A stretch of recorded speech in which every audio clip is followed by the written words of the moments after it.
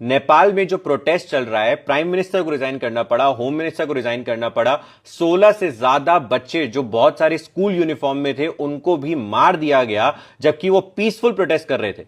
इन सब का रीजन अगर आपको लग रहा है कि सोशल मीडिया बैन है, then let me tell you, you have fallen for miss information.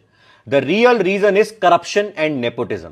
ये जो पॉलिटिशियंस है ना, इन्होंने एक सिंपल एक सिस्टम बना लिया था, कंट्री में करप्शन करो नेपाल में, उसके बाद उस पैसे को बाहर लेके जाओ और अपनी फैमिली को बाहर सेटल कर दो, और उसके बाद कोई गवर्नेंस नहीं, कुछ भी नहीं। सिंपल तरीका है। अगर जेनजी ने आवाज उठाना शुरू करी इस करप्शन के ऊपर, एग्जैक्टली जेनजी ने वीडियोस बनाना शुरू कर दिया था, एग्जैक्टली बताना शुरू कर दिया था कि करप्शन किस तरह से चल रहा है, तो उन्होंने सोचा कि एक पॉलिसी लेकर आते हैं। सोशल मीडिया कंपनीज को बोलते हैं कि हम जो बताएंगे वो वीडियो आपको हटाना पड़ेगा, एक पूरा ग्रीवियंस सिस्टम होगा। आप किसी कंपनी को, इतनी बड़ी कंपनीज को टर्म्स डिक्टेट नहीं करते। इंडिया भी पॉलिसी लेकर आया, यूरोप भी लेकर आया, ऑस्ट्रेलिया भी लेकर आया, बट इन्होंने क्या सोचा कि हम एक टाइमलाइन देंगे 7 दिन का, ये मानेंगे नहीं, हम बैन लगा देंगे। ठीक है, आपने इस तरह से बैन लगाया, ये बन गया टिप ऑफ द आइसबर्ग कि जो आवाज उठा रहा है अपनी, उस आवाज को भी दबा दो बैन लगाकर। तो जब ये फाइनल चिंगारी लगी, ये फाइनल चिंगारी थी, स्टार्टिंग नहीं थी, फाइनल थी। स्टार्टिंग है करप्शन और इसका कोर है करप्शन और नेपोटिज्म। और इसी रीजन की वजह से जब सारे लोग रोड पर उतर के आए तो जवाब क्या हुआ कि पहले तो दबाने की कोशिश करी, बच्चों तक को मार दिया गया, हॉस्पिटल्स में भी घुस गए लोग।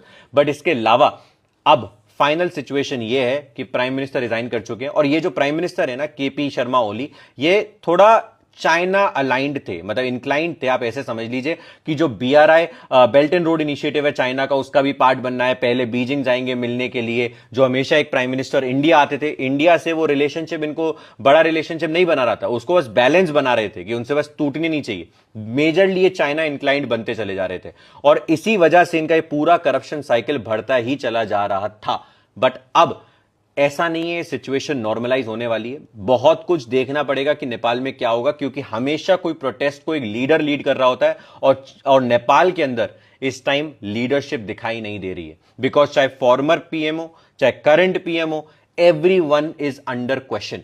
और इंडिया को I don't think so India इनको कोई स्पेस देगा। ये he will have to fly to some Bangkok और some China if he gets chance to fly out, because India के साथ जिन्होंने रिलेशन बनाया है वो ऐसा नहीं था कि इंडिया इनको सपोर्ट करे। Let's see what will happen in the future.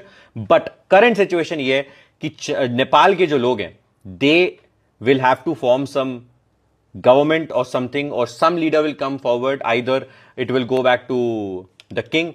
Let's see what will happen. We'll keep reporting. But the real reason is corruption. Remember this. Jai Hind, Jai Bharat.